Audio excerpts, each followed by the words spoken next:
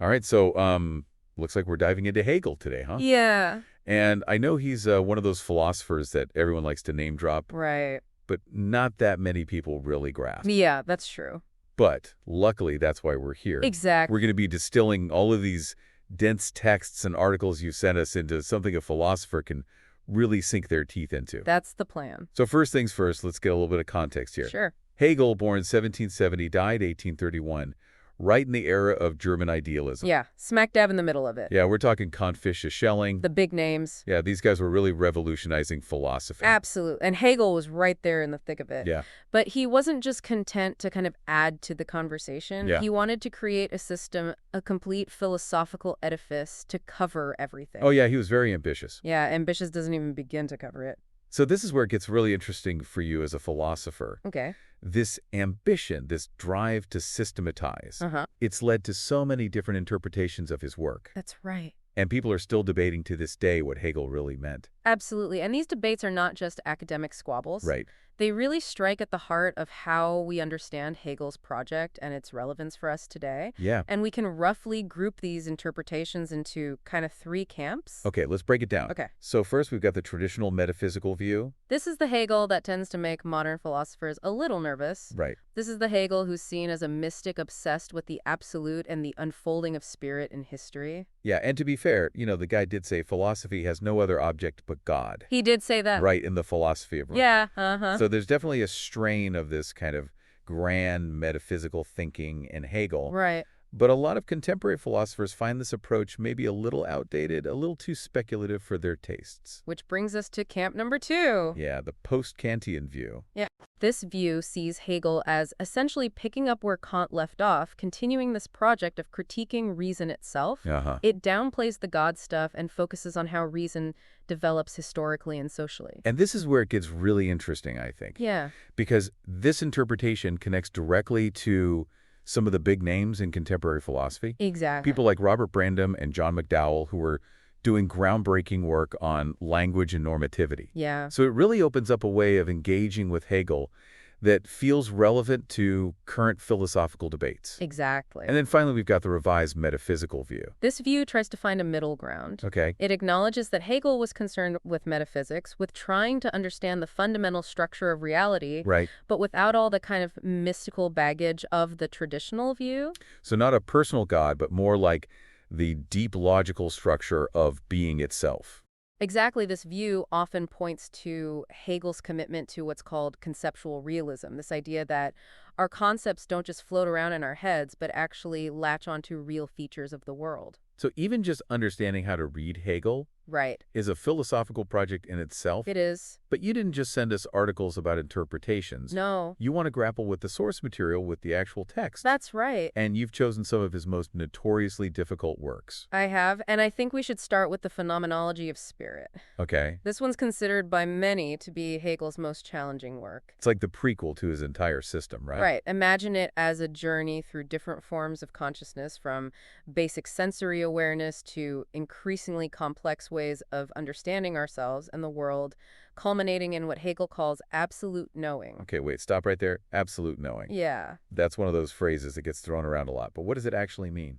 It's a complex concept, but in essence, it's the highest form of self-consciousness and knowledge that Hegel believes we can achieve. Okay. It's the point at which the subject and object of knowledge become fully unified. We not only understand the world, but we understand ourselves as part of that world. Okay. And we grasp the logical structure that underpins both. So it's not just knowing a bunch of facts. It's a kind of totalizing awareness, a complete understanding of the relationship between ourselves and reality. That's a good way of putting it. I could see why that would be appealing to a philosopher. Yeah. But also why it might raise the eyebrows. Yeah, for sure. And the path to absolute knowing, as Hegel lays it out in the phenomenology, is anything but straightforward. Right. It's a dialectical process Yeah. full of twists and turns where each stage of consciousness encounters its own limitations and contradictions, giving rise to a new, more comprehensive understanding. And it all starts with something seemingly simple, sense certainty. Yeah. Hegel tackles this right at the beginning of the phenomenology. right It's away. already taking on foundationalist epistemology, the idea that knowledge is built upon a foundation of certain and indubitable sensory experiences. And Hegel's point is that even our most basic sensory experiences are already structured by concepts, by ways of understanding. Hmm. There's no such thing as pure unmediated experience. So he's saying even when we think we're just perceiving the world directly, we're already interpreting it through the lens of our existing concepts. Right. That's a pretty radical idea even for a philosopher. It is, and it sets the stage for the entire journey of the phenomenology. Yeah. Hegel wants to show how our understanding of ourselves and the world develops through this series of increasingly complex and sophisticated forms of consciousness, each building upon and transcending the limitations of the previous stage. Right. So we've got this journey through consciousness and the phenomenology, Right? but then we move on to the science of logic and things get even more abstract. This is where Hegel lays out the foundations of his entire system. He's attempting to articulate the fundamental categories of thought, the basic building blocks of reason itself. And he believes that these categories aren't just arbitrary mental constructs. No. They actually reflect the structure of reality itself, right? That's exactly right. That's what makes Hegel's logic so fascinating and so challenging. Yeah. He's not just interested in formal logic in the rules of valid inference. He's interested in the deep conceptual structure of being itself. Okay, so let's unpack that a little bit. All right. Hegel's logic is famously triadic. Yes. We hear about thesis, antithesis, synthesis all the time. Right. But how does that actually work? Well, let's take the concept of being as an example. Okay. In the science of logic, Hegel starts with the most abstract, empty notion of being pure being with no determinate content. Uh-huh. But this pure being, upon closer examination, reveals itself to be nothing. It's pure emptiness. Okay. Thus, we have the antithesis nothing. Right. But this opposition between being and nothing can't be the final word. Yeah. Hegel argues that they are, in fact, intrinsically related. They require each other. Okay. This leads to the synthesis becoming. Uh-huh. Becoming is the unity of being and nothing, the process by which something emerges from nothingness. So the concepts themselves are in motion. They're dynamic. Yeah. They clash, contradict each other, and then resolve into something new and more comprehensive. Exactly. And this triadic structure, this dialectical movement, is at the heart of Hegel's entire system. Yeah. He sees it operating not just in logic, but in history, in art, in religion, everywhere. It's like a key to understanding how things develop, how ideas evolve, how the world itself unfolds. That's a good way to think about it. It's pretty heady stuff. It is, and it takes us to our next stop on this Hegelian tour, Okay. the philosophy of right. This is where Hegel applies his system to the realm of politics, right? That's right. Individual rights, the state, all that fun stuff. All of it. And I know this is the work where he famously analyzed capitalism, and I'm guessing that's particularly interesting to a philosopher.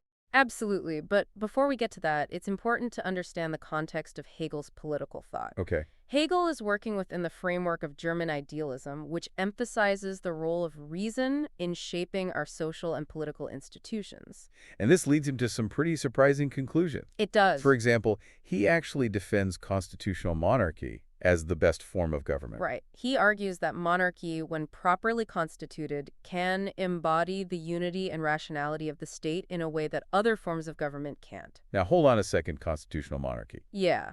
That doesn't exactly scream freedom and self-consciousness, Right. which, if I remember correctly, are pretty central to Hegel's whole project. That's a valid point, and it's one that many critics of Hegel have raised. But remember, we're talking about Hegel's ideal of constitutional monarchy. Okay. He's not advocating for any particular existing monarchy of his time. So how does he square this with his emphasis on individual freedom? Well, for Hegel, freedom isn't just about doing whatever you want. It's about acting in accordance with reason, with the ethical norms and values that are embodied in the institutions of the state. Okay. And he believes that constitutional monarchy, when properly constituted, provides the framework for this kind of rational freedom. Okay, I'm starting to see how this fits into his overall system, Yeah, but I'm still not entirely convinced about the monarchy part. that's fair. But let's move on to something I know is relevant to a philosopher. Okay. His analysis of capitalism. Yeah. I know this was a major influence on Marx. Hegel was one of the first philosophers to really grapple with the complexities of the modern market economy. Uh-huh. And while he saw capitalism as a necessary stage in the development of human freedom, Okay. he also identified some of its inherent contradictions and potential for exploitation. And this is where we see that dialectical thinking at work again. Right, exactly. He sees capitalism as both a step forward Yes. and something that contains the seeds of its own transformation. Exactly. Hegel recognized that capitalism, while generating immense wealth and productivity, Right. also creates inequalities and social divisions. He was particularly concerned with what he called the rabble, Okay. the class of people who are excluded from the benefits of the market economy and are prone to poverty and alienation. So even though Hegel himself didn't advocate for the overthrow of capitalism, Right. his analysis provided a powerful critique of its inherent flaws, It did. a critique that would later be taken up by Marx and other socialist thinkers. Absolutely. And it's just one example of how Hegel's ideas, even when they seem abstract and obscure, Yeah, can have a profound impact on our understanding of the social and political world. absolutely. Okay, so we've covered like the big three, the phenomenology, the science of logic, and the philosophy of right. Yeah, those are the heavy But hitters. those are just the tip of the Hegelian iceberg. That's right. You've also sent over a stack of material on his other works. Uh-huh. Those hidden gems that often get overlooked. Yeah, and these works, while maybe not as well known as the big three, are absolutely crucial for a philosopher like you who wants to understand the full breadth of Hegel's thought. I completely agree. So let's start with the philosophy of nature. Okay. This one often gets a bad rap. People hear the title and they assume Yeah. that Hegel is trying to replace empirical science. Right, with armchair speculation. Yeah, which, as any philosopher knows, is a recipe for disaster. But Exactly. is that really what Hegel's doing here? Not at all. I think if we look closely at the philosophy of nature, we see that Hegel isn't trying to replace empirical science. Okay. He's actually trying to understand its philosophical foundations. Uh-huh. So he's asking questions like, what are the presuppositions of scientific inquiry? Right. How do our concepts of space-time and causality shape our understanding of the natural world? So it's less about dictating the content of science Right. and more about examining the conceptual framework within which science operates. Exactly. Hegel is engaging in a kind of philosophical anatomy of science. He's using the logical categories that he developed in the science of logic to analyze the concepts and theories of the natural sciences of his time. And while some of the specific scientific details he discusses might seem a little outdated to us now, Sure. the philosophical questions he's raising are still very much relevant. Yeah, absolutely. And especially for a philosopher like you who's interested in the relationship between science and philosophy. Oh, this is a goldmine. Yeah.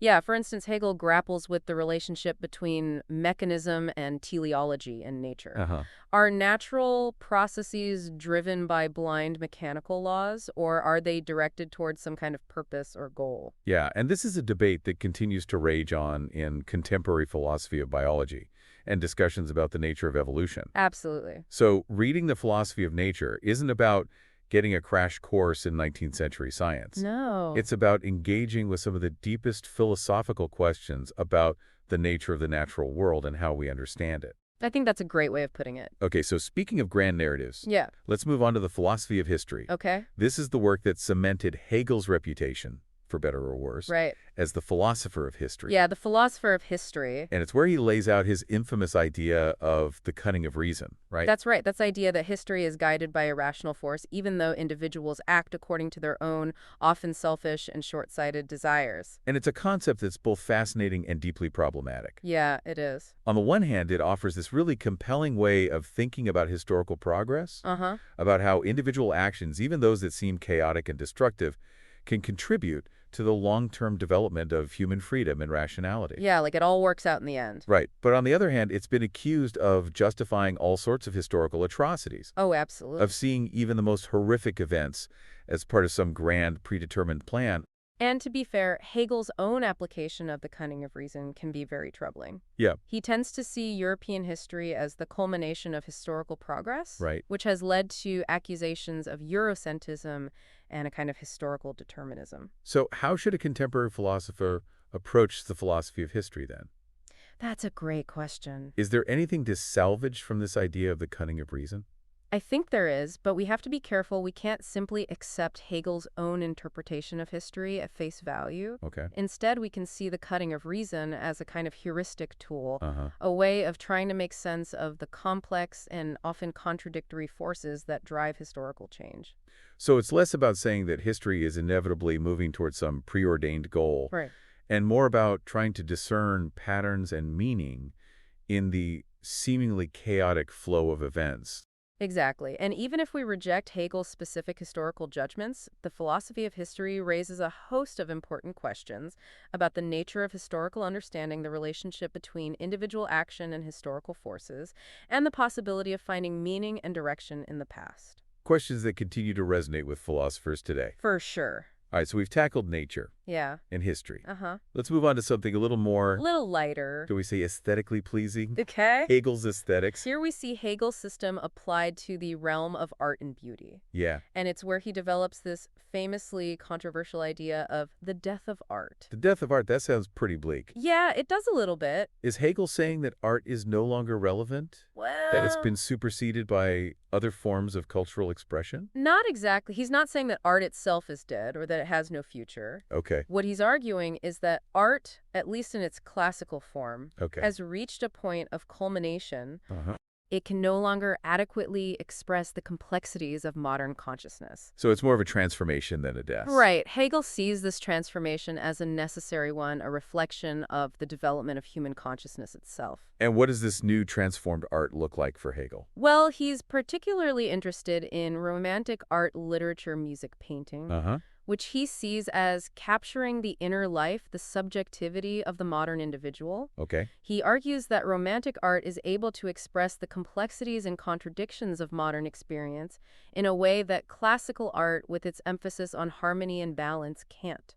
So in a sense, Hegel is celebrating the worth of a new kind of art, an art that's more attuned to the complexities of the modern world. Precisely. And for a philosopher like you, the aesthetics is a treasure trove of insights. Oh, yeah. Hegel grapples with questions about the nature of beauty, the relationship between form and content in arts, the role of art in shaping our understanding of ourselves and the world, and the historical development of artistic forms.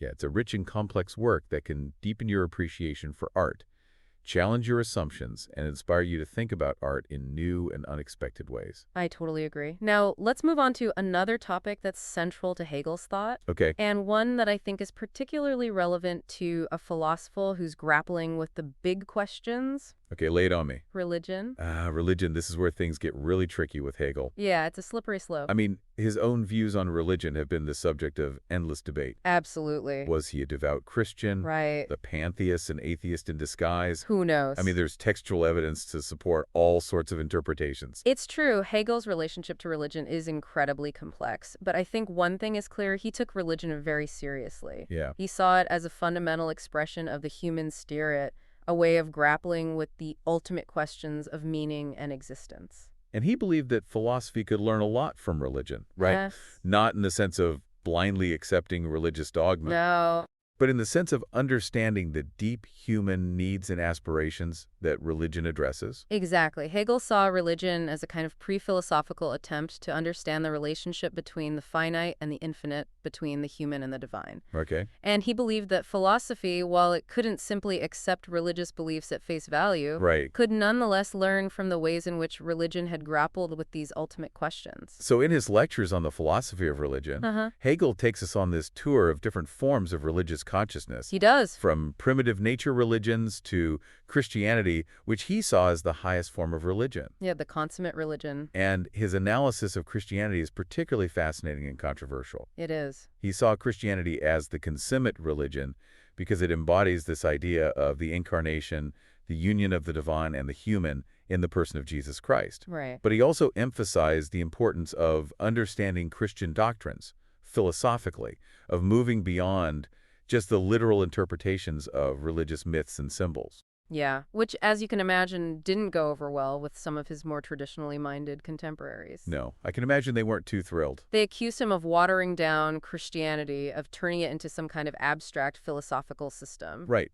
But Hegel insisted that true religion requires philosophical understanding. It does. That faith and reason are not opposed, Right. but complementary. Exactly. So for a philosopher like you, Yeah. Hegel's philosophy of religion offers this unique perspective on the relationship between faith and reason, Yeah. the nature of religious experience, and the role of religion in shaping our ethical and political lives. I agree. It's a complex and challenging discussion, but one that's essential for anyone who wants to understand this ongoing dialogue between philosophy and religion. Absolutely. And it's a reminder that these big questions, Yeah. questions about the meaning of life, the nature of God, the possibility of immortality, Right. The ultimate questions. they continue to haunt us even in our supposedly secular age. They do. All right, so we've covered nature, Yes. history, art, religion. Uh-huh. What else is there?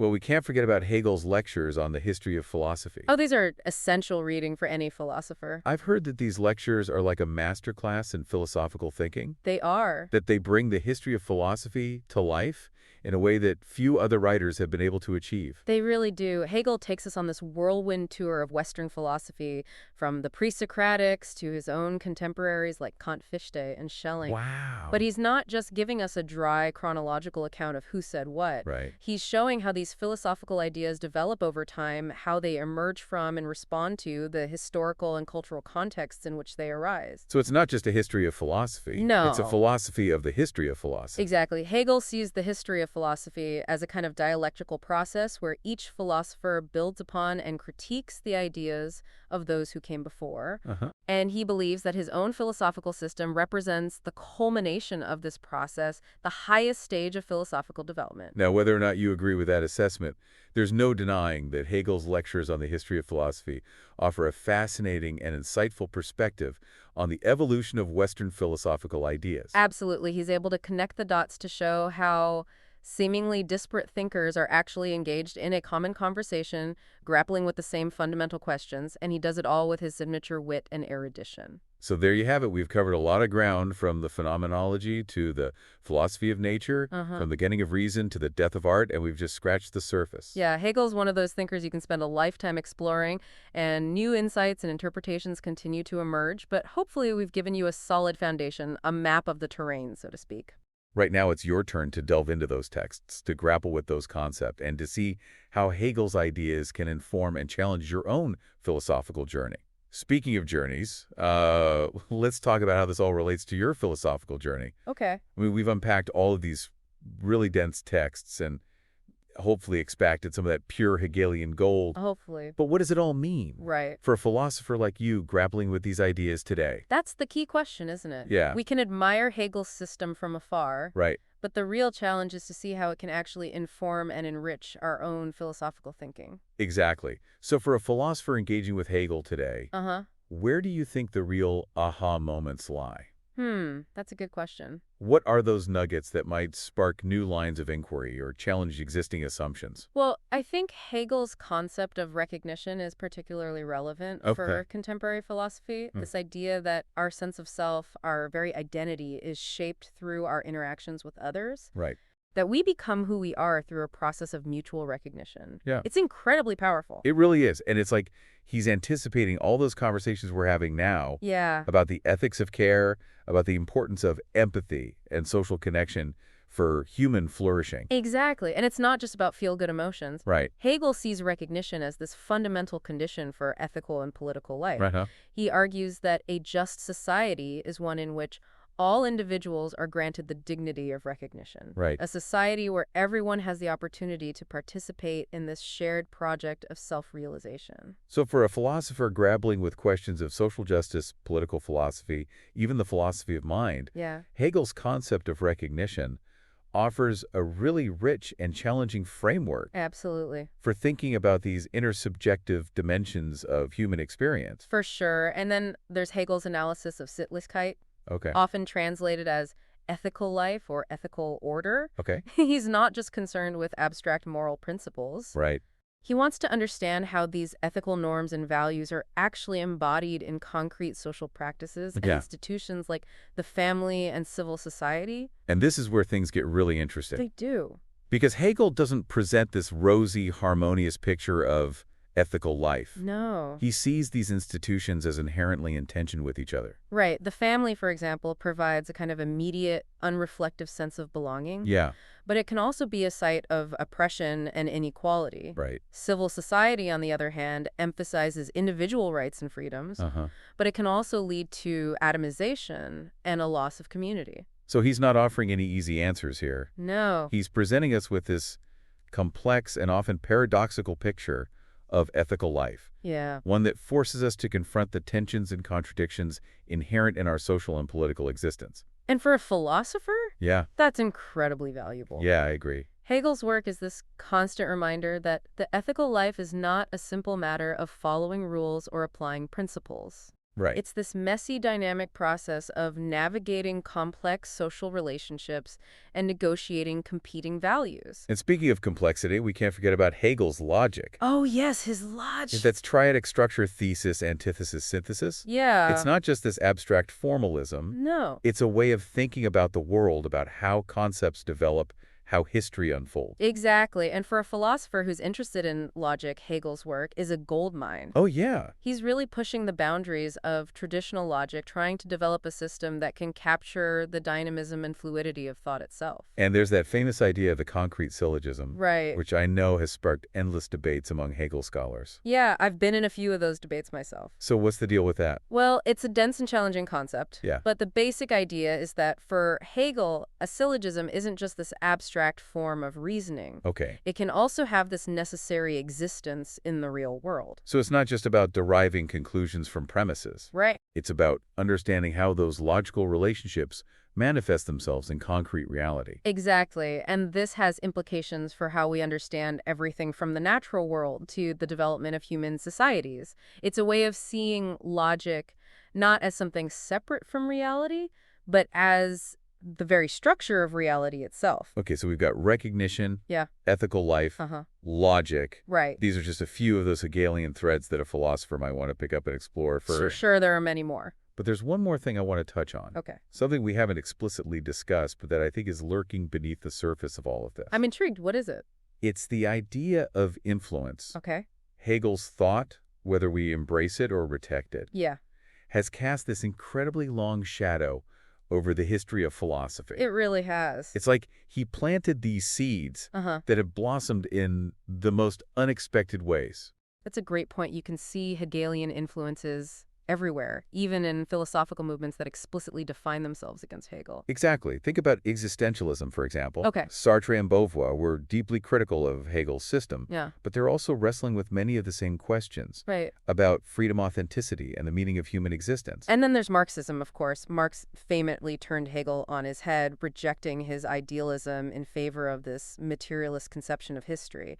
But even in its materialism, Marxism retains this distinctly Hegelian inflation, Right. with its emphasis on dialectical processes and the historical unfolding of social and economic structures. And even in contemporary analytic philosophy, there are strands of thought that show a clear Hegelian influence. For sure. Think about Robert Brandam's work on incoherentialism or John McDowell's ideas about the space of reasons. It's like Hegel's ideas are these rhizomes spreading underground, popping up in the most unexpected places. So the takeaway here is that whether you're reading Sartre, Marx, Brandam, Yeah. or any number of other philosophers, Yeah. it's always worth asking yourself, could this have a Hegelian root? It's a good question to ask. Yeah, you might be surprised by what you find. And you might even discover new connections and insights that you wouldn't have seen otherwise. Exactly. So as you continue your own philosophical explorations, Yeah. keep Hegel in mind. Absolutely. He might just be the key to unlocking new ways of understanding the world and our place in it. He's certainly a philosopher who rewards careful study and deep engagement. All right, that was quite the Hegelian odyssey. It was a journey. We've covered a lot of ground, but hopefully we've equipped you with the conceptual tools to continue exploring Hegel on your own terms. Who knows what philosophical adventures await.